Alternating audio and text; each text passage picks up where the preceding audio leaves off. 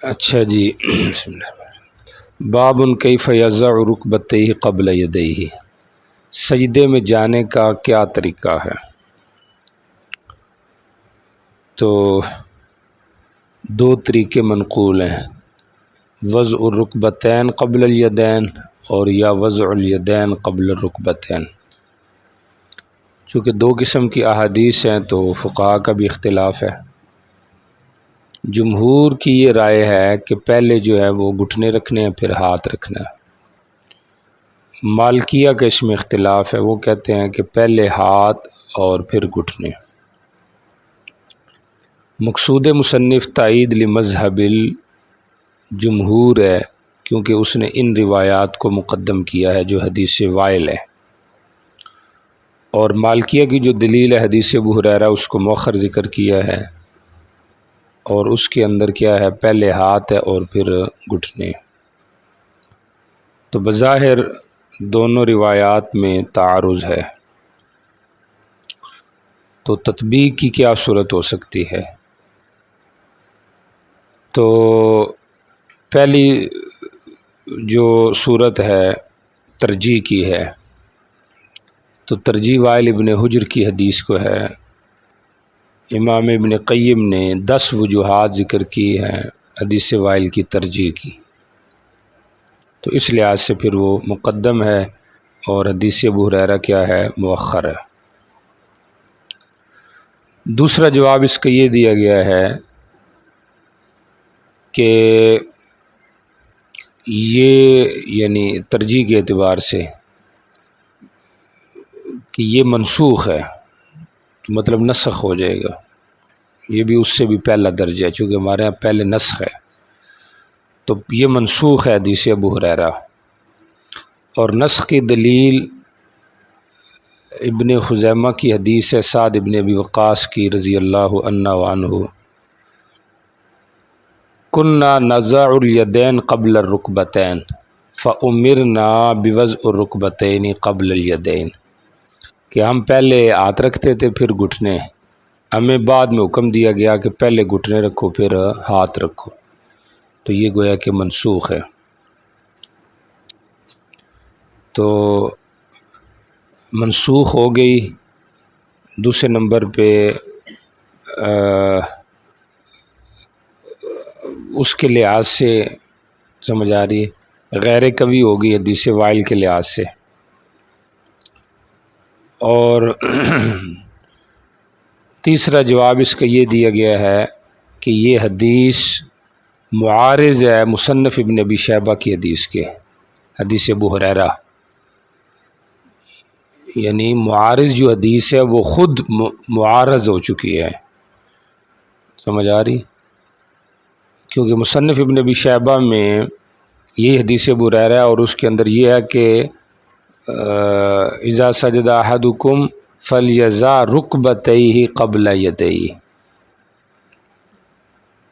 گھٹنے پہلے رکھے،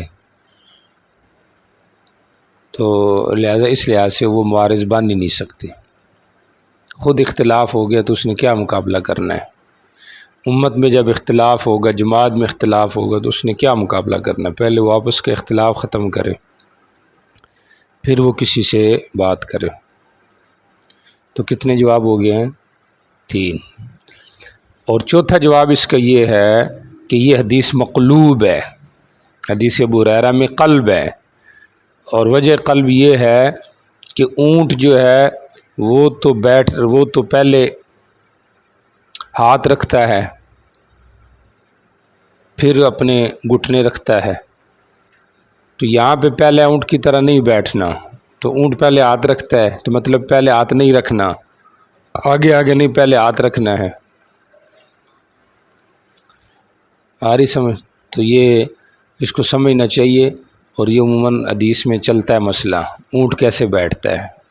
تو اگر آپ تصویر دیکھیں گے موبائل میں تو اونٹ سے بیٹھنے کا طریقہ یہی ہوتا ہے کہ وہ پہلے اگلے پاؤں رکھتا ہے نیچے ایسے، جو کہ اس کے ہاتھ ہے، ٹھیک ہو گیا، پھر جیسے ہی وہ نیچے اس کے پہنچ جاتے ہیں ایسے، تو پھر وہ پیچھے والے جو ہے وہ ٹکاتا ہے، پھر ایسے کر کے پھر وہ دونوں ایسے گرا دیتا ہے نیچے، سمجھ آ رہے؟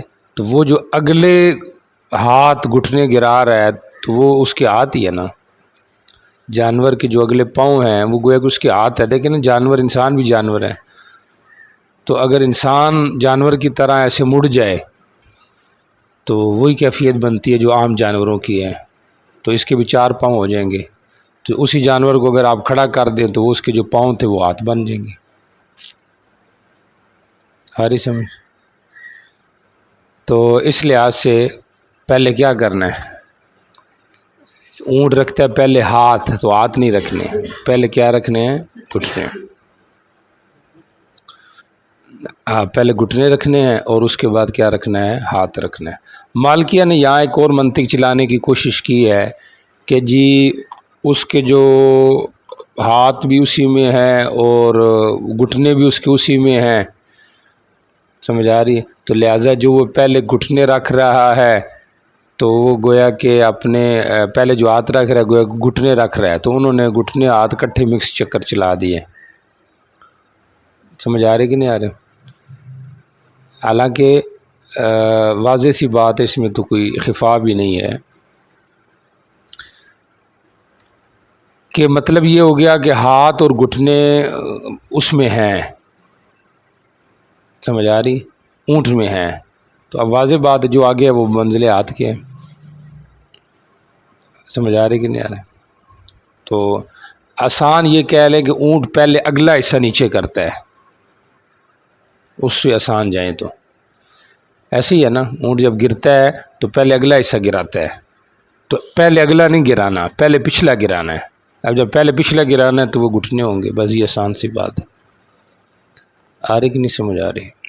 تو یہ حدیث میں قلب ہو گیا کسی راوی سے، اس کو کہنا یہ چاہیے تھا والجزا رکبتیہ، لیکن اس نے کیا کہہ دی، والجزا یدیہ قبل رکبتیہ. ٹھیک ہو گیا. اچھا جی، اور ایک اور اس کی تعویل بھی ابھی آ رہی ہے ذہن میں، تو اس طرح بھی ٹھیک ہو جائے گا کہ اگر اس کو والیزا نہ پڑھے والا یزا پڑھیں تب بھی ٹھیک ہو جائے گا. اونٹ کی طرح نہ بیٹھے اور وہ اپنے ہاتھ گھٹنوں سے پہلے رکھتا ہے، ولا یزع یدیہ قبل رکبہ، اور البتہ رکھتا ہے وہ اپنے ہاتھ گھٹنوں سے پہلے. تو تم نے اس کا عکس کرنا ہے. اب انشاءاللہ تعویل ہو جائے گی. سمجھ آ رہی؟ اگر صحیح ہے تو من جانب اللہ ہے، انشاءاللہ صحیح ہے. باقی یہاں پہ کاتب نے ڈالا ہوا ہے جزم اور سکون، تو خیر ہے کاتب کے ساتھ کر لیں گے. کیوں جی؟ کاتب سے ہو جائے گا مسئلہ. اچھا جی ٹھیک ہو گیا. آپ دیکھیں ذرا پہلی روایت کا ترجمہ. حضرت وائل ابن حجر کی سے روایت رضی اللہ عنہ، میں نے نبی اسلام کو دیکھا جب آپ سجدہ کرتے تو گھٹنے ہاتھ سے پہلے رکھتے، جب کھڑے ہوتے تو ہاتھ اٹھاتے اپنے گھٹنوں سے پہلے. اور ایک اور بھی اس کی تعویل کی گئی حدیث ابو ہریرہ کی، یہ عذر پہ محمول ہے. جب انسان بھاری بدن ہو جائے، عورتیں ہو جائیں، تو یہ تو پہلے گھٹنے نہیں گرا سکتی کیونکہ اس کے لیے تو جسم پہ قابو ہونا چاہیے. تو اس لیے عذر کی بنا پہ یہ تو ہم بھی قائل ہیں. اور ویسے بھی اختلاف اولویت غیر اولویت کا ہے. جی چلے.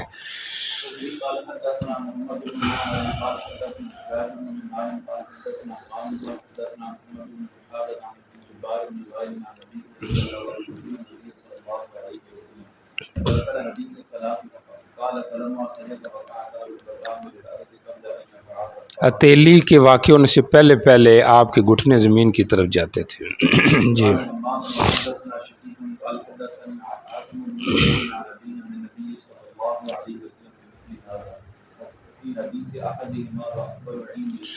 اللہ اکبر.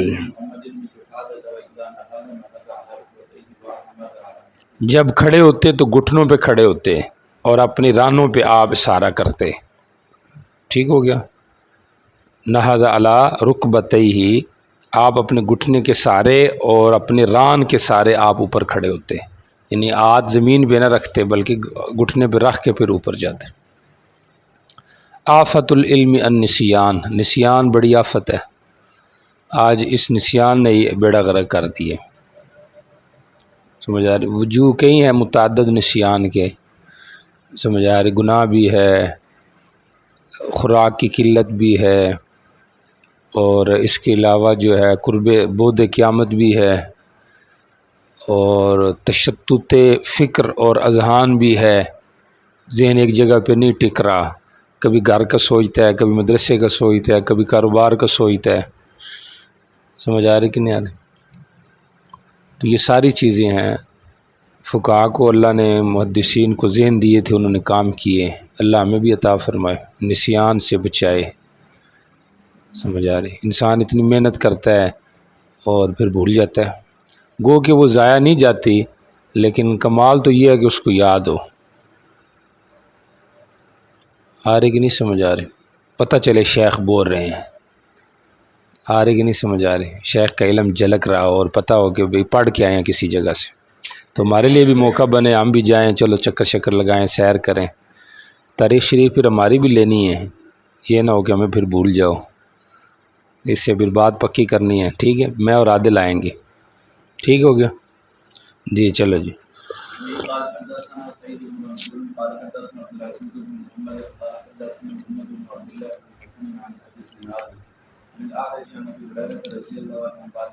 صلی اللہ علیہ وسلم۔ یبرک بروک اونٹ کے بیٹھنے کو کہتے ہیں نا جی، بتا دیا آپ کو، قلب ہے جو کچھ بھی ہے، سمجھ آ رہی جی؟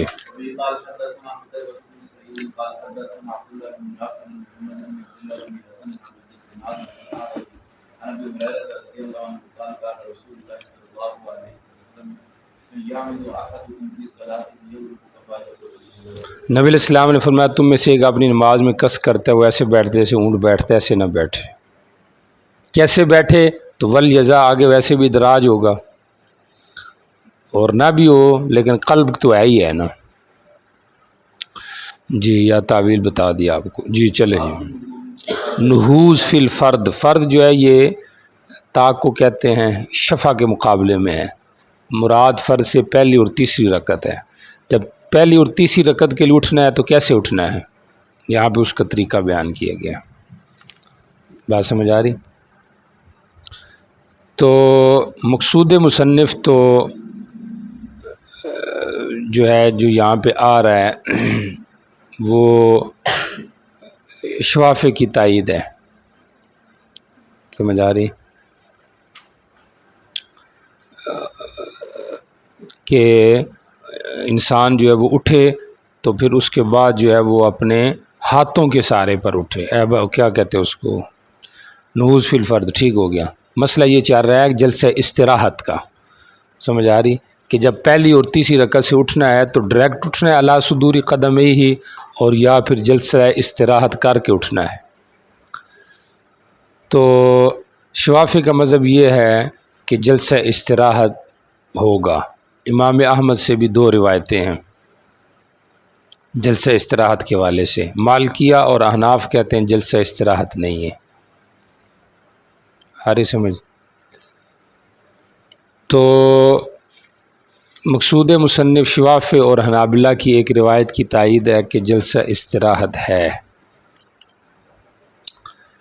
چنانچہ یہ روایت ہے مالک ابن حویرث کی، یہاں پہ جلسہ استراحت کا ذکر ہے، قعد ثم قام، بیٹھے پھر کھڑے ہوئے، تو جلسہ استراحت کا ثبوت ہو گیا۔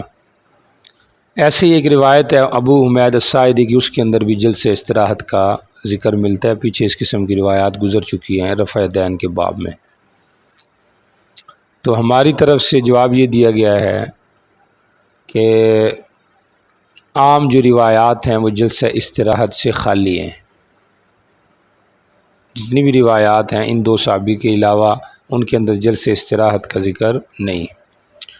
ایک تو یہ ہو گیا۔ دوسرے نمبر پہ کثیر تعداد ایسی ہے جس کے اندر یہ ہے کان رسول اللہ صلی اللہ علیہ وسلم ینہض علی صدور قدمیہ، بات سمجھ آ رہی؟ ایسے ہی نبی علیہ السلام کے صحابہ کے بارے میں آتا ہے، سمجھ آ رہی؟ کانا صحاب رسول اللہ صلی اللہ علیہ وسلم ینہضون علی صدور اقدامہم، تو اپنے قدموں کے سہارے ہی وہ کھڑے ہو جاتے تھے، ینہضون، قدوم قدموں کے جو صدور ہیں پنجے انہی پہ وہ ڈائریکٹ کھڑے ہوتے، مطلب درمیان میں وہ استراحت نہیں کرتے تھے، بس یعنی جیسے نہض ہوتا تو صدور قدمین ہوتا، وہاں پہ دیکھیں ذکر نہیں ہے، جلوس کا ذکر نہیں ہے، تو سمجھے اس استدلال کو۔ نہض ہے، سمجھ آ رہی، جانا ہے قیام قومے کی طرف، لیکن وہاں پہ بیٹھنے کا ذکر نہیں، بلکہ ڈائریکٹ ہے ینہضون، بس صرف قدم صدوری قدم ہے، سمجھ آ رہی، وہاں پہ استراحت وغیرہ کی کوئی بات نہیں۔ تو یہ ہماری دلیلیں ہیں، تو بظاہر معارض آ گئی ہیں دونوں حدیثیں آپس میں۔ تو ایک تو وجہ ترجیح ہماری روایات کی یہ ہیں کہ ان میں اس کا ذکر ہی نہیں ہے جلسہ استراحت کا۔ دوسری بات یہ ہے کہ نماز استراحت کے لیے نہیں، یہ تو مشقت اور عبادت کے لیے ہے، آپ کہتے ہیں استراحت ہے۔ تیسری بات یہ ہے کہ اگر وہ جلسہ ہے، جلسہ یہ جلسہ جو بھی آپ کہیں، تو اس کے لیے کوئی ذکر ہونا چاہیے۔ نماز میں جتنے بھی انتقالات ہیں ہر ایک کے لیے کوئی نہ کوئی ذکر موضوع ہیں، تو ادھر کے لیے کیا ذکر ہے؟ کوئی ذکر نہیں، تو معلوم ہوتا ہے کہ یہ کوئی سنت نہیں۔ پھر ثابت ہے، اس کا کیا جواب دیں؟ تو اس کا جواب یہ دیا گیا ہے کہ یہ احیاناً یا تبدناً، سمجھ آ رہی، جب آپ بھاری بدن ہو گئے تھے اس وقت کی بات ہے، چونکہ معذور کے لیے یا بھاری بدن آدمی کے لیے ڈائریکٹ اٹھنا مشکل ہے، تو اس لیے وہ پھر تھوڑا آرام کر کے، اور یہ واضح سی بات ہے، ان کا پیٹ نکلا ہوا ہو، بھاری ہوں، کمزور ہوں، عورتیں ہوں، تو وہ سیدھی نہیں کھڑی ہو سکتی، ان کو پہلے رکنا پڑتا ہے، پھر انہوں نے زور لگانا ہوتا ہے اوپر کی طرف۔ اور جیسے بندہ ڈائریکٹ نہیں کھڑا ہو سکتا بیٹھے ہوئے، تو پہلے ایسے بیٹھتے ہیں، پھر اس کے بعد سارا لے کے اوپر اٹھتے ہیں، تو یہ اس کے اوپر محمول ہے۔ بات سمجھ آ رہی؟ اچھا جی، ٹھیک ہو گیا۔ اور پھر یہ جو اگلی روایت آ رہی ہے نا مالک بن حویرث کی، اس میں ایسے یاد پڑتا ہے کہ یستوی قائدن کی جگہ بخاری کے اندر یستوی قائمن ہے، سمجھ آ رہی؟ لم ینہض کھڑے نہیں ہوتے یہاں تک کہ وہ سیدھا جو ہے پہنچ جاتے، یعنی درمیان میں وقفہ شقفہ نہیں کرتے تھے۔ تو اس قسم کا بھی اس کے اوپر جواب دیا گیا ہے۔ بہرحال ہو گیا مسئلہ، مذاہب بھی ذہن میں آ گئے ہیں۔ شوافی کا اور امام احمد کی ایک رائے جلسہ استراحت کی سنیت کی ہے، اور باقی حضرات قائل نہیں۔ ان حضرات کی دلیل یہ ہے، ہماری دلیل دیگر روایات ہیں، اس کے اندر ہم تعویل کرتے ہیں، بیان جواز یا عذر پہ محمول کرتے ہیں۔ بات سمجھ آ رہی کہ نہیں؟ یا احیاناً پہ محمول کرتے ہیں، یہ ہوگی۔ جی چلے جی۔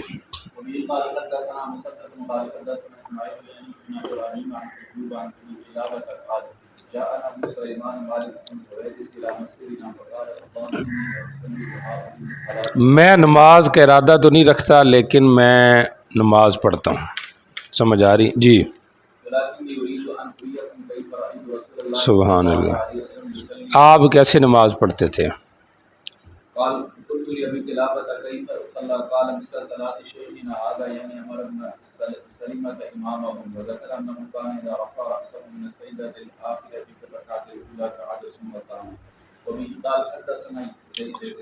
جی تو ابو قلابہ نے کہا ہمارا جو یہ شیخ ہے نا، یعنی ان کا جو امام تھا، اس طرح پڑھتے۔ اب ادھر ان کی کیفیت یہ تھی کہ قعد ثم قام، یعنی اس روایت کے اندر یہ ہے کہ وہ بیٹھے پھر کیا ہوئے؟ کھڑے ہوئے۔ جی چلے۔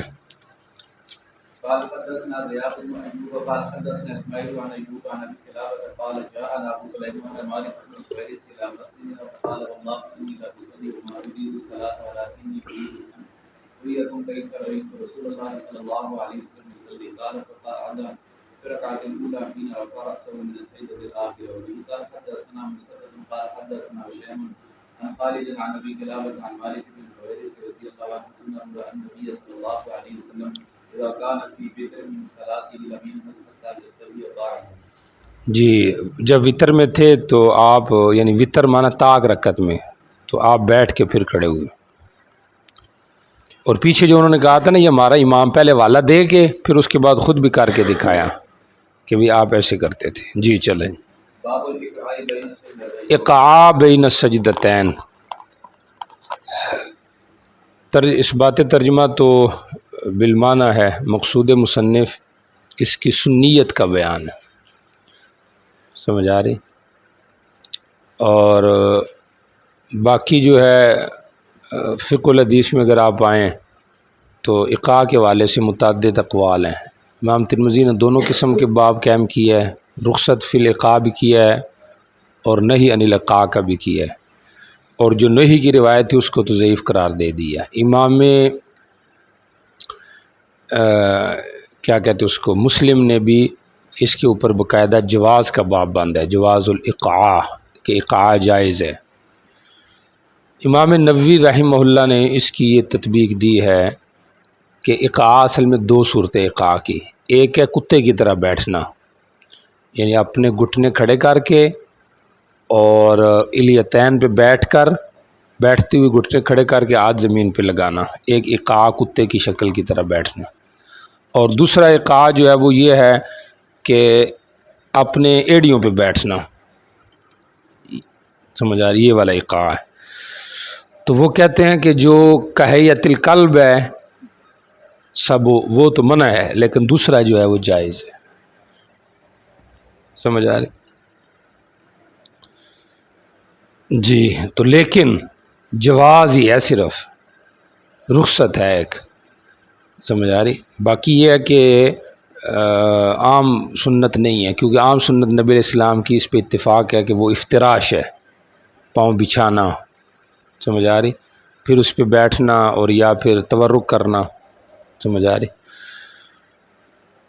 جی۔ مالکیہ عموماً تورک کے قائل ہیں، سمجھ آ رہی، شوافی بھی تورک کے قائل ہیں، حنابلہ بھی وہ اختلاف گزر چکا ہے کہ کیا ہے، ساری جگہوں میں تورک ہے، یاد ہے کہ نہیں کوئی پیچھے گزرا ہے؟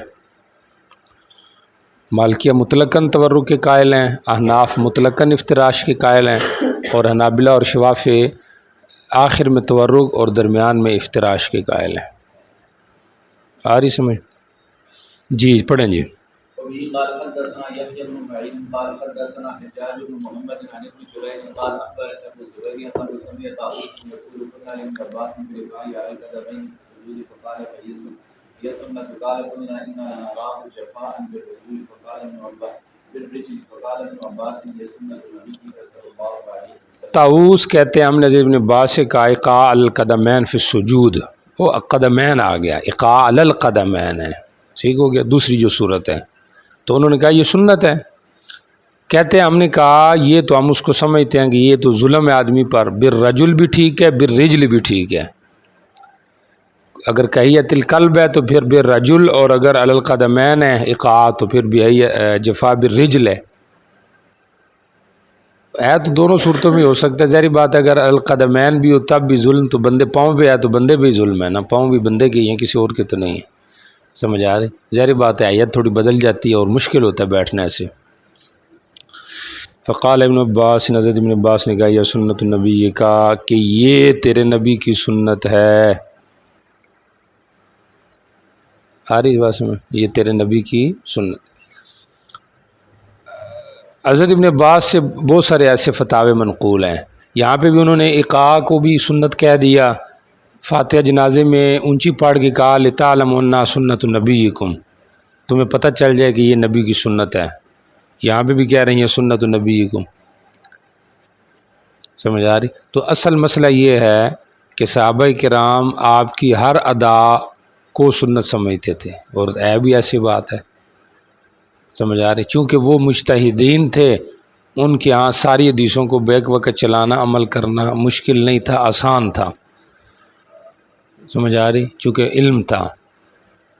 اور اب جب فقہا ہو گئے، اس کے بعد تقلید شروع ہو گئی، تو اس میں پھر جب وجہ ترجیح کا معاملہ آیا تو اس لحاظ سے پھر ایک قول کو کہا جانے لگا کہ اس کو اپنانا ہے، تو فی نفسی تو ٹھیک ہے، آپ سے ثابت ہے، سمجھ آ رہی کہ نہیں، ہم عذر پہ محمول کر دیں گے کہ یہ عذر پہ محمول ہے، سمجھ آ رہی۔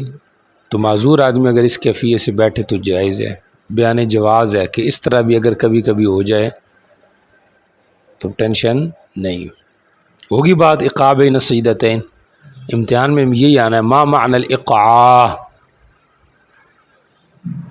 سمجھ آ رہی، تو کیا نہیں ادھر معنی لکھنا کہ کیا کسے کہتے ہیں، الٹی کو کہتے ہیں، یہ اقاع ہوگا، سمجھ آ رہی کہ نہیں۔ دورے کے طالب علم، مطلب ادھر سے ہمارا نتیجہ جائے نیٹ کے اوپر، اور نیٹ میں پوری دنیا دیکھے، سمجھ آ رہی، دیوبند والے بھی دیکھیں، تو ہو سکتا ہے وہ ادھر سے آفر کر دیں، ممکن ہے نا، اللہ کرے ایسی ہو جائے کہ نہیں ہو سکتا.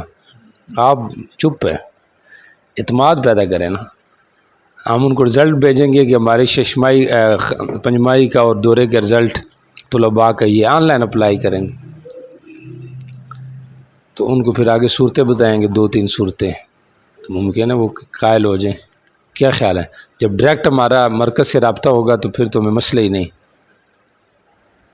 کیا خیال ہے؟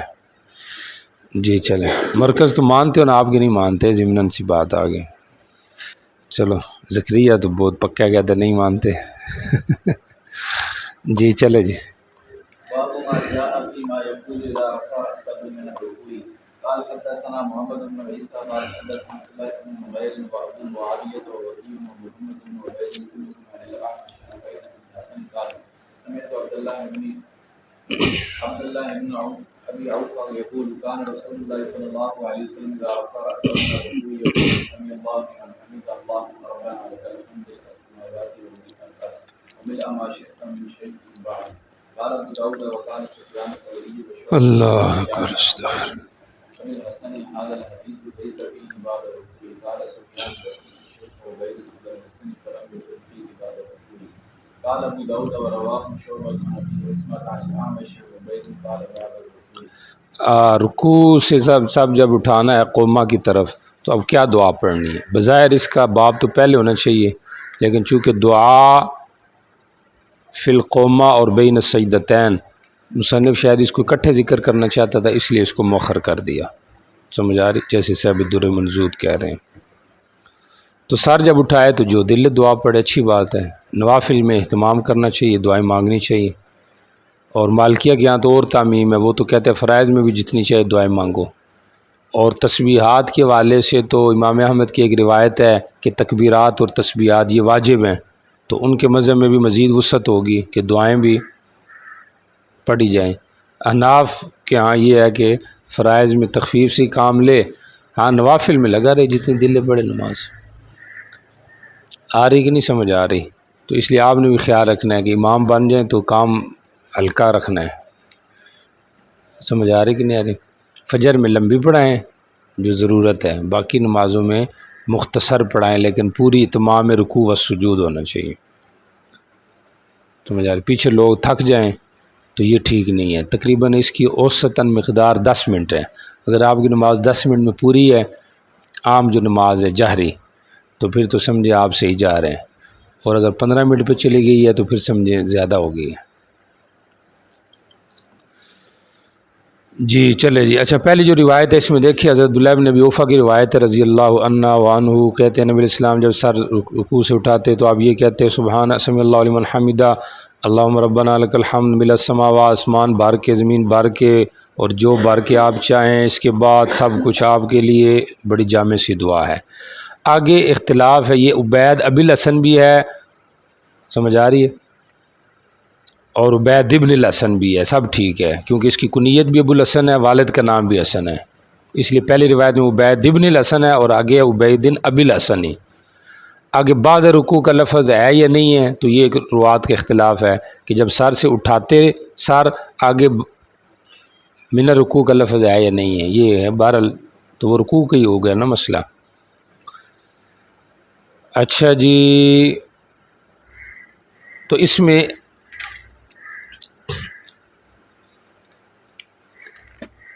تو یہ گویا کہ تطویل ہو گئی نا. جب کیا کرے گا، قوما میں دعائیں پڑھے گا تو کیا ہو جائے گی؟ تطویل، لمبا ہو جائے گا نا قوما. قوما لمبا ہو جائے، بلکہ یہ باب آگے آ رہا ہے طول القیام من رکوع، تو ادھر ہی اختلاف ذکر کروں گا کہ قوما اور جلسہ جو ہے بین السجدتین اس کو لمبا کرنا، اس کا کیا حکم ہے. جی ٹھیک ہو گیا. باقی یہ آگے آ رہا ہے ربنا لک الحمد، سمع اللہ کے جواب میں ربنا ولک الحمد اللہم ربنا ولک الحمد، تینوں طرح کا استعمال ہے. ربنا لک الحمد، ربنا ولک الحمد، اللہم ربنا ولک الحمد. باقی تسمیع اور تحمید جو ہے یہ کس کا وظیفہ ہے، یہ ایک اختلاف چلتا ہے. احناف کے ہاں تسمیع امام کا وظیفہ ہے اور تحمید جو ہے یہ مقتدی کا وظیفہ ہے.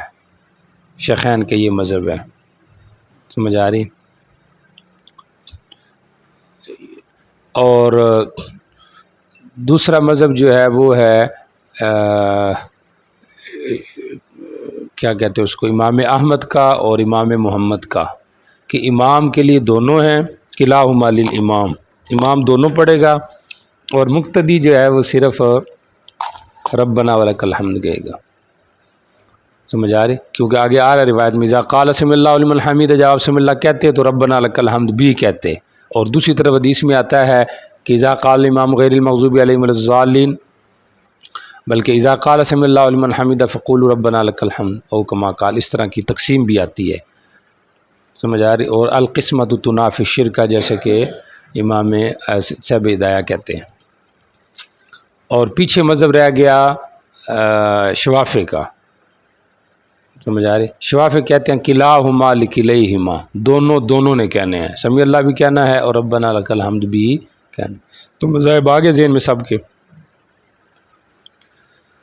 اناف کے ہاں الگ الگ، اور شوافع کے ہاں، مالکیہ کے ہاں دونوں کے لیے، اور امام احمد اور امام محمد کے ہاں امام دونوں کہے گا، مقتدی صرف تحمید کہے گا. جی چلیں، یہاں پہ دیکھو آ رہا ہے نا، نبی علیہ السلام جب سر اٹھاتے تو سمیع اللہ لمن حمیدہ اللہم ربنا لک الحمد کہتے، تو دونوں کا ذکر ہے. جی جی جی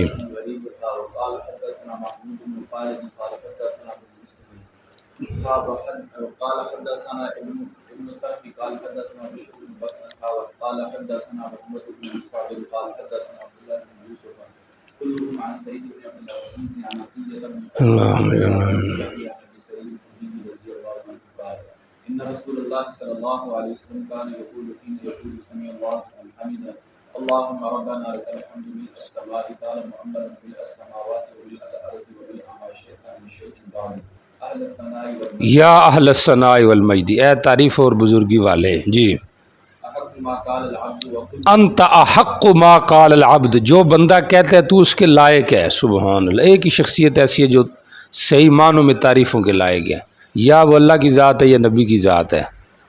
سمجھ آ رہی؟ باقی تو ایسے ہی ہے. جی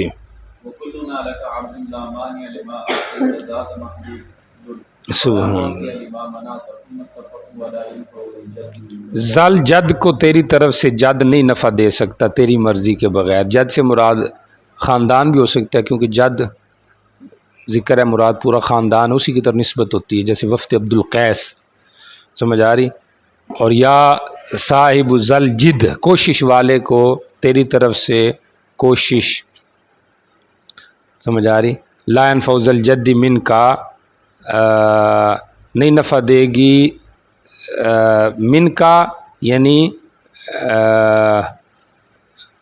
نہیں نفع دے گی ذل جد کو من کا، تیری طرف سے کوشش، یعنی اس کی اپنی کوشش اس کو نفع نہیں دے گی. ہاں تیرا فضل فائدہ دے گا اس کو، تیری طرف سے جو چیز نفع دے گی وہ فضل دے گا، وہ جد اور اس کا جد نہیں دے گا. تو طالب علم محنت کرے اور کہ میں محنت کے بل بوتے پہ آگے چلا جاؤں گا، تو نہیں. محنت ایک ذریعہ ہے، حقیقی آسرا نہیں ہے. اور یہ بھی نہیں کہ بندہ محنت کرے ہی نہیں، سویا رہے گا، لو جی علم تو اللہ نے دینا ہے، اس کو پتہ ہے مدرسے میں آیا ہوا ہوں. تو مدرسے میں ایک تو نہیں کہیں آئے ہوئے ہیں، تو پھر سب کو تو دینا نہیں، دینا تو چند بندوں کو ہے، سب کو تو عالم نہیں بنانا، ہم نے تو چننا ہے. آ رہی کہ نہیں سمجھ آ رہی؟ تو اس لیے جاگ کے رہنا ہے. جی چلے جی.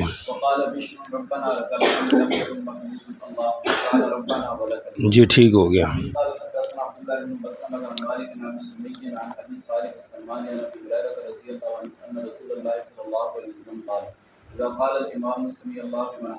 فقولوا اللهم ربنا لك الحمد. موافقت ہو جائے فرشتوں کی کے ساتھ. سمجھ آ رہی ہے؟ تو موافقت کون سی مراد ہے؟ راجح یہ ہے کہ موافقت زمانی یا قولی یا دونوں مراد ہے. یعنی فرشتے بھی آمین کہتے ہیں، یا اسی وقت فرشتے بھی کہتے ہیں، اور یا اسی ٹائم بھی کہتے ہیں اور کہتے بھی ہیں آمین. فرشتے بھی آمین کہتے ہیں، بعض حدیثوں میں آتا ہے کہ فرشتے آمین کہتے ہیں. اس کے علاوہ تو اس لیے آمین کہنی چاہیے. سمجھ آ رہی؟ ہم آمین کے قائل ہیں آہستہ کے، لیکن کہنے کے قائل ہیں. یہ بھی دعا والی مسئلہ ہے، یہ بھی دعا ہی ہے نا، تو ادھر بھی یہی مسئلہ ہے. انفی آمین کہتے ہی نہیں. آپ تجربہ کر لیں. سمجھ آ رہی؟ چپ ہو جائیں گے یا دل میں کہیں گے آمین. سمجھ آ رہی؟ تو قول آمین ادھر تو صراحت ہے، زبان سے کہنا ہے، سرن کہنا ہے. تو اس لیے آمین کہنی چاہیے. یہ غلطی ہے ہمارے اندر کہ ہم آمین بولتے ہی نہیں. آ رہے کہ نہیں سمجھے؟ تو آمین زبان سے کہنی چاہیے. اور اتنا اگر آپ کہہ دیں کہ آپ کا کان بھی یا میرا کان بھی سن لے، تو یہ بھی ہمارے ہاں جہر کی منافی نہیں ہے. جی چلیں. وبه قال حدثنا بشر بن عمار قال حدثنا اسباط عن مطرف عن عامر قال لا يكون القوم خلف الامام سمي الله لمن حمده ولكن يقول ربنا لك. ٹھیک ہو گیا، ربنا لک الحمد کے. جی چلے. فہم سلف ہے نا جی، فہم سلف سے بھی استغنائیت نہیں ہے. اپنی تحقیق کریں لیکن اسلاف کے طرز پر کریں، تو اس میں انشاءاللہ خیر اور برکت ہوگی. سمجھ؟ اسلاف تو گزر گئے، اب سلف نہیں آپ بن سکتے. اب تو خلف ہے، اب تو نرا مقلد ماض بھی بندہ ہو جائے تو یہ بھی بڑی بات ہے. آ رہی کہ نہیں سمجھ؟ جی چلیں. باب الدعاء بين السجدتين.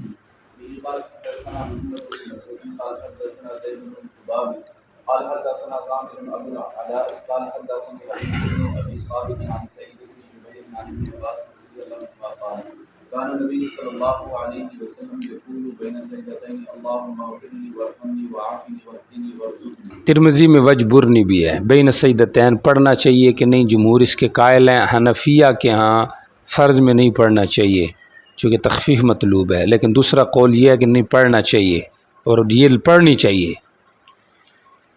سمجھ آ رہی؟ یہ دعا یاد کرنی چاہیے، کرانی چاہیے، اور خود بھی پڑھنی چاہیے، کیونکہ نماز میں یا تو فاتحہ مانگنے کی چیز ہے، یہ مانگنے کی چیز ہے، اور تو ہے ہی نہیں. اور تو ساری وہی صحابی والی بات ہے، یا رسول اللہ یہ تو اللہ کے لیے ہو گیا، مجھے کیا ملے گا؟ تو آپ نے پھر اس کو دعا سکھلائی کہ تو یہی دعا پڑھ لے کر، ادھر بھی یہی دعا ہے. سمجھ آ رہی؟ قرات کی جگہ جس کو آتا نہیں تھا. تو اس لیے یہ دعا بین السجدتین کرنی چاہیے. اللہم اغفر، اس میں تعدیل ارکان میں بھی فائدہ دے گی بات، اور ویسے بھی دعا بھی ہو جائے گی. اللہم اغفر لی وارحمنی وعافنی واہدنی وارزقنی. سمجھ آ رہی کہ نہیں آ رہی؟ تو حنفیہ کا دوسرا جو قول ہے کہ فرائض میں بھی پڑھنے میں کوئی مسئلہ نہیں ہے، پڑھ لینی چاہیے. جی چلیں. باب رفع النساء اذا كنا مع الامام وخصهن. جب امام کے ساتھ ہیں تو اپنے سر کب اٹھائیں؟ سمجھ آ رہی؟ تو مرد اٹھا لے پھر اٹھائیں، کیونکہ فوراً ساتھ اٹھائیں گی تو اب کٹھی نماز پڑھ رہی ہیں، تو یا تو ممکن ہے کسی کا سطر کھل جائے حقیقتاً، یا حقیقتاً نہیں تو حکماً یہی ہوتا ہے کہ جو مواضع سطر ہوتی ہے چیزیں، تو ان کے اوپر چاہے سطر میں بھی نظر پڑے لیکن کچھ نہ کچھ اس کی کیفیت کا اظہار ہو جائے. سمجھ آ رہے؟ تو اس لیے آپ نے کہا وہ بعد میں رہے. تو فرق تو مرد عورتوں میں خود نبی علیہ السلام نے کیے. تو یہ امتیاز باقی رہے گا تو تعلیم میں بھی اور عبادت میں بھی فائدہ ہے. اور اگر کٹھا گڑبڑ چلا دیں مرد عورتیں، جس طرح آج کل روش چل رہی ہے، یہی چاہ رہے ہیں کہ تعلیم کٹھی ہونی چاہیے، تو وہ کٹھی تعلیم تو نہیں ہوتی، کٹھا تو چسکا ہوتا ہے. کیا خیال ہے؟ تعلیم تو ہوتی ہے جو الگ الگ ہو. جی چلیں. وبه قال حدثنا محمد بن متوكل الاسقلاني قال حدثنا عبد الرزاق قال اخبرنا معمر بن عبد الله بن مسلم الزهري عن مولى اسماء بنت ابي بكر عن اسماء بنت ابي بكر رضي الله عنها قالت سمعت رسول الله صلى الله عليه وسلم يقول من كان يؤمن بالله واليوم الاخر فلا ترفع راسها حتى يرفع الرجال رؤوسهم كراهيه ان يرين من عورات الرجال. نہ دیکھے اپنا سر یہاں تک مرد سر اٹھا لے، اس سے کہ عورتوں کے سطروں پہ ان کو نظر پڑے. جی چلیں. باب القيام من الركوع وبين السجدتين. وبه قال حدثنا حفص بن عمر قال حدثنا شعبة بن الحكم عن ابن بريدة عن البراء رضي الله عنه أن رسول الله صلى الله عليه وسلم كان سجوده وركوعه وقعوده وبين السجدتين قريبا من السواء. آپ کی توجہ دیکھیے ذرا، پہلے تو نفس مسئلہ سمجھے. اس بات ترجمہ تو بالمان ہے، مقصود مصنف بھی اس کے استحباب کا بیان ہے کہ طول صحیح ہے. سمجھ آ رہی؟ آپ ذرا فقہ الحدیث میں آئیں کہ یہ کیا ہے طول القیام اور طول بین السجدتین۔ تو نبی علیہ الصلوۃ والسلام کی عادت مبارکہ تھی کہ ما خل القیامی والجلستی، ایک قیام اور دوسرے نمبر پہ قعود، وہی جلسہ جو ہے، اس کے علاوہ آپ کے جو اعمال ہوتے تھے یہ برابر ہوتے تھے، یعنی قیام اور جلسہ یہ برابر ہوتا، اور درمیان میں جو رکوع ہو گیا، قومہ ہو گیا، ما بین السجدتین ہو گیا، یہ آپ کا برابر برابر ہوتا تھا۔ اب بعض روایات میں آتا ہے کہ آپ کا قیام ایسے رکوع ایسے تھا جیسے قیام، پھر سجدے میں چلے گئے، سجدہ ایسے تھا جیسے رکوع، اور پھر آپ بین السجدتین ایسے بیٹھے جیسے کہ آپ کا سجدہ تھا، تو اس طرح ہے۔ لیکن وہ بیان جواز پر محمول ہے یا احیاناً پر محمول ہے یا نفل پر محمول ہے، سمجھ آ رہی؟ عام جو آپ کی عادت تھی وہ یہی تھی کہ آپ ارکان میں توازن رکھتے تھے، اور توازن کا یہ طریقہ تھا کہ ابتدا انتہا برابر، اور درمیان میں جو ارکان ہیں وہ آپس میں وقت کے لحاظ سے برابر ہوتے۔ تو اب یہاں پہ جو روایت آ رہی ہے نا، سمجھ آ رہی ہے، اس پہ اشکال ہے، سمجھ آ رہی ہے کہ اس سے تو الٹ سمجھ میں آ رہا ہے۔ اور پہلے متن میں بھی آ جائیں تو متن میں مصنف کیا کہہ رہے ہیں، کہتے ہیں کہ رکوع سے جو قیام ہے نا، من رکوع متعلق قیام کے ساتھ ہے، طول کے ساتھ نہیں ہے۔ رکوع سے جو کھڑا ہونا ہے اس کی لمبائی کا بیان ہے، یعنی قومے کی لمبائی، اور جو ما بین السجدتین ہے جلسہ، اس کا طول کہ وہ کتنا ہونا چاہیے، اس کو یہاں پہ بیان کیا گیا ہے۔ تو امام شافعی بلکہ امام احمد وغیرہ تو اس کے استحباب کے قائل ہیں کہ یہ طول ہونا چاہیے، سمجھ آ رہی؟ اور لیکن جمہور جو ہیں وہ اس کے قائل نہیں ہے استحباب کے، سمجھ آ رہی؟ امام احمد اس کے قائل ہیں اور جمہور اس کے طول کے قائل نہیں ہے، سمجھ آ رہی؟ بلکہ اسی مقدار کے قائل ہیں برابری کے جس کا آگے احادیث وغیرہ میں ذکر آ رہا ہے۔ بات سمجھ آ رہی؟ اب ذرا دیکھو پہلی روایت میں حضرت براء کہتے ہیں کہ نبی علیہ الصلوۃ والسلام کا سجدہ، رکوع اور قعود آخری، اور جو سجدہ دین کے درمیان آپ بیٹھتے تو یہ برابر برابر ہوتا۔ تو گویا کہ امام نے کیا ثابت کر دیا کہ بین السجدتین بھی طول ہے، چونکہ کیا کہتے ہیں اس کو، قعود جو ہے وہ طول ہے، تو بین السجدتین بھی پھر طول ہو گیا، تو مقصود تو ثابت ہو گیا بالمعنی مصنف کا۔ لیکن عام جو روایتیں ہیں ان میں تو اشکال ہے اس کے لحاظ سے، کیونکہ بخاری میں ما خل القیامی والقعود وہ برابر ہوتا، تو قعود کو ملایا قیام کے ساتھ، ادھر قعود کو ملا دیا کس کے ساتھ، رکوع سجدے کے ساتھ، تو یہ ایک اشکال ہے۔ آپ کو سمجھ آ رہی؟ اب جواب سمجھو اس کا کیا جواب ہے، اور پھر قریب من السوا کا مطلب بھی سمجھنا کیا ہے۔ تو اب اس کی تعویل یہ ہے، یا تو یہ کہا جائے کہ واو جو ہے بیچ میں نہیں ہے، قعودہ ما بین السجدتین، قعود الگ آخری قاعدہ نہیں بلکہ قعود ما بین السجدتین مراد ہے، واو بیچ میں حذف کی جائے تب بھی مطلب ٹھیک ہے۔ اور یا اس کا یہ تعویل کی گئی ہے جو گنگوئی نے فرمائی رحمہ اللہ نے کہ بین السجدتین سے مراد، قعود سے مراد آخری قعود نہیں، قعود بین التسلیم والانصراف، جس کا آگے ایک حدیث میں ذکر بھی آ رہا ہے آخری میں، اس میں بین التسلیم والانصراف، سلام پھیر کے اور گھر جانے سے درمیان میں جو وقفہ ہوتا تھا وہ وقفہ مراد ہے۔ آ رہی کہ نہیں سمجھ بنی؟ قریب من السوا یہ کیا ہوتا، برابر ہوتا، تو اب بھی وہ اشکال ختم ہو جائے۔ اچھا جی دیکھیں ذرا، اور قریب من السوا کا ایک مطلب تو یہ ہے کہ مساوات الجنس بالجنس بھی ہو سکتا ہے، اور مساوات تو ما بینہا بھی ہو سکتا ہے۔ دیکھیں رکوع اور ما بین السجدتین آپس میں قریب ہوتے، یا ایک رکعت کا رکوع دوسری رکعت کے رکوع کے، ایک رکعت کا جلسہ دوسری رکعت کے جلسے کے برابر ہوتا ہے، یہ بھی مراد ہو سکتا ہے۔ لیکن اس پہ یہ اشکال ہوگا کہ پہلی رکعت تو لمبی ہوتی تھی بنسبت دوسری کے، تو پھر کیسے برابر ہو گیا؟ تو ہم کہیں گے قریب من السوا ہے نا، پورا برابر تو نہیں۔ اور نمبر 2 یہ ہے کہ وہ تو بیان جواز پہ محمول ہے نا کہ آپ پہلی لمبی کریں اور دوسری مختصر کریں، ورنہ احناف کے ہاں تو یہ ہے جیسے گزر گیا ہے، شیخین کے ہاں دونوں برابر ہی ہیں پہلی 2 رکعتیں۔ قریب من السوا، یا پھر قریب من السوا کا مطلب یہ کیا گیا ہے کہ جس طرح بھی تھا، مقصد یہ ہے کہ ان کا آپس میں قرب تھا، برابری تھی، توازن تھا، چاہے آپس میں ہو یا کسی کے ساتھ ہو۔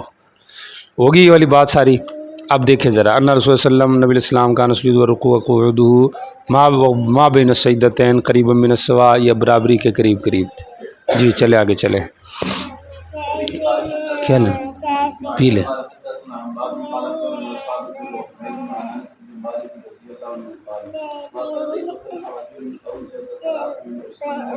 چپ ہے، اچھا لے کے آتا لڑکے، چپ۔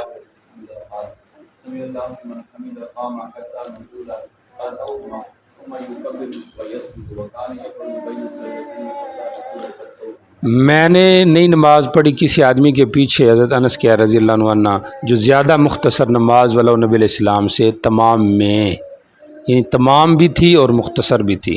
اور نبی علیہ السلام جب بسم اللہ لمن حمیدہ کہتے تو ہم کہتے کہ اوہما، آپ کو کیا ہو گیا ہے؟ وہم ہو گیا۔ پھر آپ تکبیر کہتے اور سجدہ کہتے، اور آپ 2 سجدوں کے درمیان بیٹھتے، یہاں تک کہ ہم کہتے کہ آپ کو وہم ہو گیا۔ اوہما بھی ٹھیک ہے، اوہما بھی ٹھیک ہے۔ اب وہم کس میں ہو گیا ہے؟ ہم یہ سمجھتے کہ آپ ابتدا میں آ گئے ہیں، سمجھ آ رہی؟ اوہما یعنی آپ جب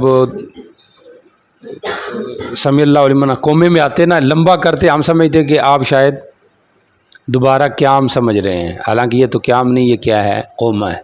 یا ہم یہ سمجھتے کہ آپ کو غلطی لگ گئی ہے، کہ آپ فکر میں ہیں کہ پتہ نہیں اب میں نے کیا کرنا ہے، سمجھ آ رہی؟ تو اوہما پہلی صورت میں اور اوہما دوسری صورت میں ہے۔ جی چلیں۔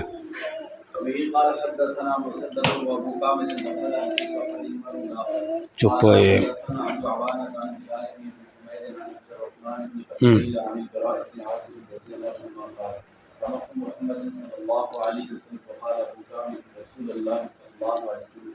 میں نے نبی علیہ السلام کو نماز میں دیکھا، جی،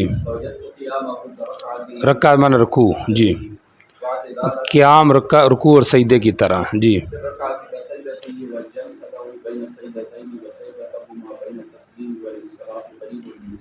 و اعتدالہ، اور آپ کا رکوع میں برابری ایسی تھی جس طرح کہ سجدے کے اندر تھی، اور آپ کا ما بین سجدتین بیٹھنا اور جو کہ بین تسلیم والانصراف بیٹھنا تھا، یہ قریب من السوا تھا، سمجھ آ رہی؟ زیادہ لمبا نہیں تھا۔ جی چلیں۔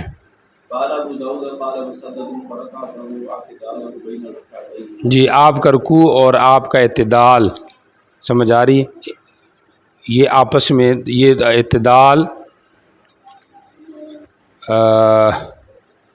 ٹھیک ہو گیا، جو 2 رکعتوں کے درمیان تھی وہ بیٹھنا۔ جی چلو۔ فسجدتہ، سمجھ آ رہی؟ اور آپ کا جو سجدہ تھا، یعنی جلسہ، یہ مراد، یہاں پہ نسخے میں غلطی ہے، آپ کا جو کدھر گیا؟ ہاں ٹھیک ہے، آپ کا جو سجدہ تھا، جی ٹھیک ہو گیا، پڑھیں۔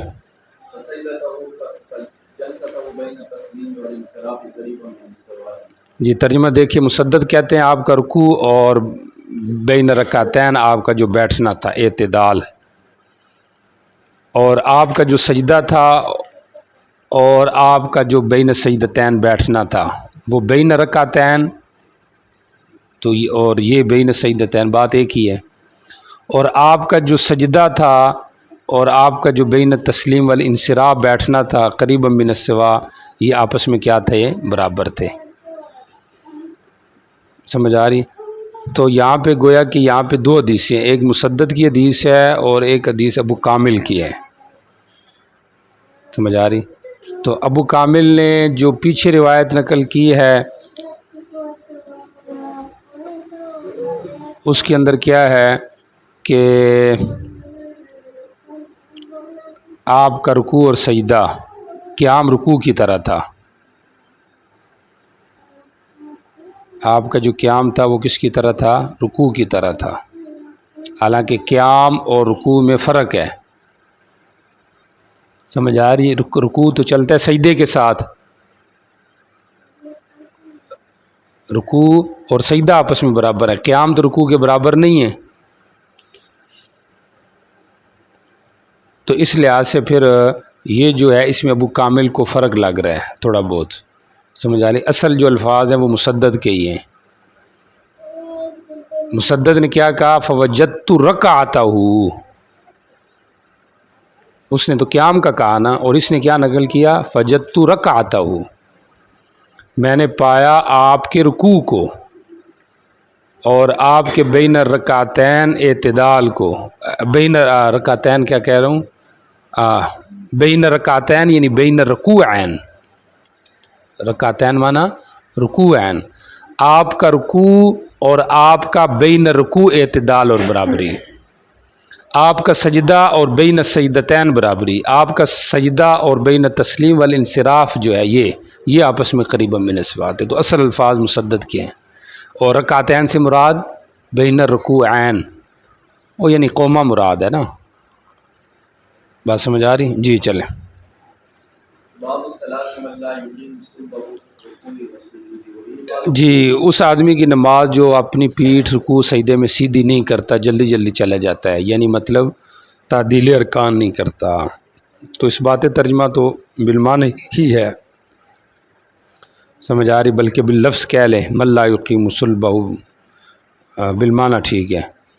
اور مقصود مصنف بھی اس کے وجوب کا بیان ہے. باقی فقہ الحدیث میں اگر آپ آئیں تو جمہور اس کی فرضیت کے قائل ہیں کہ یہ فرض ہے، سمجھ آ رہی؟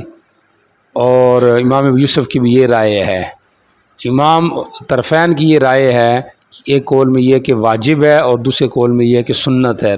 زیادہ یہ کہ یہ واجب ہے، اور جمہور کیا یہ فرض ہے. مصنف بھی جمہور کے ساتھ ہے کہ یہ فرض ہے، واجب ہے. فرض واجب ایک ہی معنی ہو گیا، بارہ احناف اس میں فرق کرتے ہیں، سمجھ آ رہی؟ تو احناف کی دلیل یعنی امام صاحب کی وہی دلیل ہے حدیث مسیح فی الصلاۃ کہ آپ نے وہاں پہ کیا فرمایا؟ اذن تقصتا من صلاتک، نقص کا ہے. تو مطلب اگر یہ فرض ہوتا تو پھر سرے سے نماز ختم ہو جاتی. نمبر دو یہ ہے کہ آپ اس کو چلا کیوں رہے ہیں پوری نماز میں؟ بھائی نماز ختم ہو گیا، آپ کہتے جا ابھی دوبارہ شروع کر، حالانکہ وہ پڑھ رہا ہے، اینڈ میں آپ کہتے جا ابھی دوبارہ پڑھ. سمجھ آ رہی؟ بارہ اعتدال تعدیل ارکان ہمارے یہاں کیا ہے؟ واجب ہے. سمجھ آ رہی؟ تو واجب کا بھی یہی مطلب ہے کہ اگر رہ گیا تو نماز دوبارہ پڑھنی ہے. باقی تعدیل کا معنی کیا ہے؟ تعدیل کا معنی یہ ہے کہ ہر عضو اپنی جگہ پہ آ جائے، یہ تعدیل کا معنی ہے. اگر نہیں آئے گا، ایسے آیا ابھی تک سیدھا نہیں ہوا کہ پھر آگے، قومے میں ایسے سیدھا نہیں ہوا پھر آگے، تو یہ تعدیل ارکان نہیں ہے. اس سے نماز کیا ہو جاتی ہے؟ ضائع ہو جاتی ہے. جی چلے جی. قال حدثنا حفص بن عمر بن مسعود قال حدثنا شعبة عن سليمان عن عمارة بن عمير عن معبد عن ابي مسعود البدري رضي الله عنه قال قال رسول الله صلى الله عليه وسلم لا تمسكوا صلاة الرجل حتى يقيم ظهره. نہیں کیسا صحیح ہوگی نماز یہاں تک کہ اپنی پیٹھ سیدھی کر رکھو اور سجدے میں. جی. وفي قال حدثنا القعنبي قال حدثنا انس يعني ابن اياس قال حدثنا ابن المثنى وقال حدثني يحيى بن سعيد عن عبيد الله بن هذا لفظ ابن المثنى قال حدثني سعيد بن ابي سعيد عن ابي هريره رضي الله عنه ان رسول الله صلی اللہ علیہ وسلم ایک آدمی داخلاد ابن رافع. جی. ثم جاء فسلم على رسول الله صلى الله عليه وسلم فرد رسول الله صلى الله عليه وسلم عليه السلام وقال فقال ارجع فصلي فانك لم تصلي فرجع رسول الله كما كان صلى ثم جاء النبي صلى الله عليه وسلم فسلم عليه فقال له رسول الله صلى الله عليه وسلم وعليك السلام ثم قال ارجع فصلي فانك لم تصلي حتى فعل ذلك ثلاث مرات فقال الرجل والذي بعثك بالحق ما احسن غير. اس کے علاوہ تو میں اچھا نہیں کر سکتا. جی. قال اذا قمت الى الصلاه فعلمنی، مجھے سکھا دیجئے. جی. ثم اقرا ما تيسر معك من القران ثم اركع حتى تطمئن راكعا ثم اركع حتى تعتدل قائما ثم اسجد حتى تطمئن ساجدا ثم اجلس حتى تطمئن جالسا ثم افعل ذلك في صلاتك كلها. جی ٹھیک ہو گیا. النبي عن سيد بن سعيد المقبري ہاں چل جا. وقال في اخر فاذا فعلت هذا فقد صلاتك وانت فاسكت من هذا شيئا فإن من تقصده من صلاتك وقال فيه إذا قمت إلى صلاتك فاستغفر. جو تو کم کرے گا تو اپنی نماز سے کم کرے گا، تو اپنی کمی کر رہے ہیں، سمجھ آ رہی؟ باقی اصل اصول کے اختلاف ہے، خبر روایت سے کتاب اللہ پہ زیادتی ہوتی ہے کہ نہیں ہوتی، وہی مسئلہ چلتا ہے جی، یہ اخبار متواترہ پر. ہاں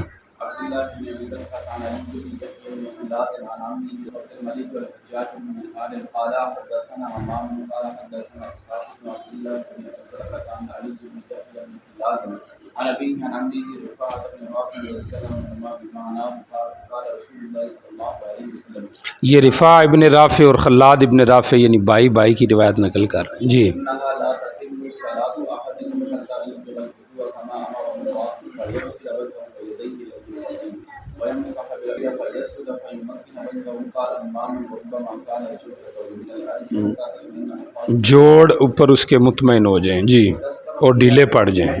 فيستوي قائدا أمام مقعده ويقيم صلبه فمسح الصلاة هكذا 4 ركعات حتى فرغ. لا تتم صلاة أحدكم حتى يفعل ذلك. ٹھیک ہو گیا. قال حدثنا وهب بن بقية خالد بن محمد يعني بن عمرو بن علي بن جعفر بن الله عن نبي بن رفاعة بن رافع رضي الله عنه بهذه القصة. قال إذا كنت توجهت قبلے کی طرف متوجہ ہو کبھی کبھی جی. فاتحہ اپنی ہتھیلیاں اپنے گھٹنوں پہ رکھ جی، اور پیٹھ پھیلا دے. بائیں ران پر تو کیا کر بیٹھ جا جی، ٹھیک ہوگا. یعنی بائیں ران پہ تو نہیں بندہ بیٹھتا، لیکن اصل تو پاؤں پہ بیٹھتا ہے، لیکن چونکہ زور اس کا اس طرف ہوتا ہے تو اس لیے یہ کہہ دیا جی.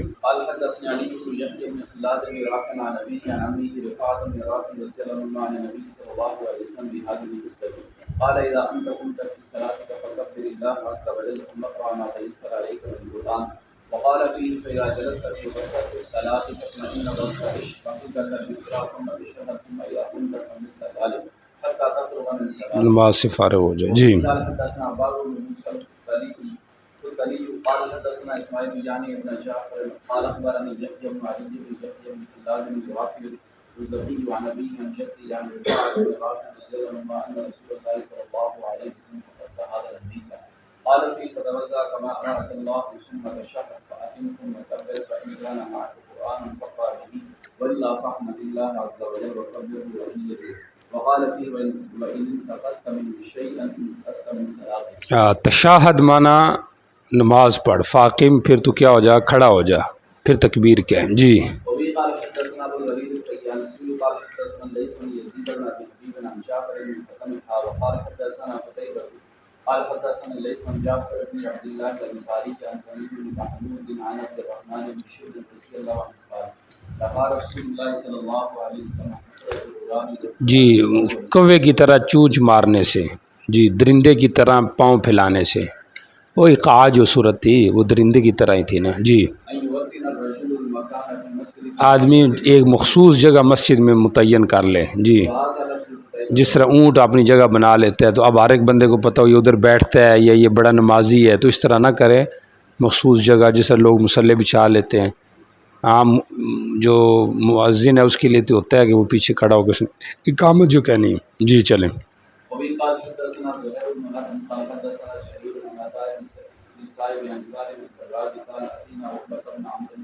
عمرو بن الانصاري ابا مسعود فقلنا له حدثنا عن صلاه رسول الله صلى الله عليه وسلم فقال بين ايدينا مسجد میں ہمارے آگے کھڑے ہوئے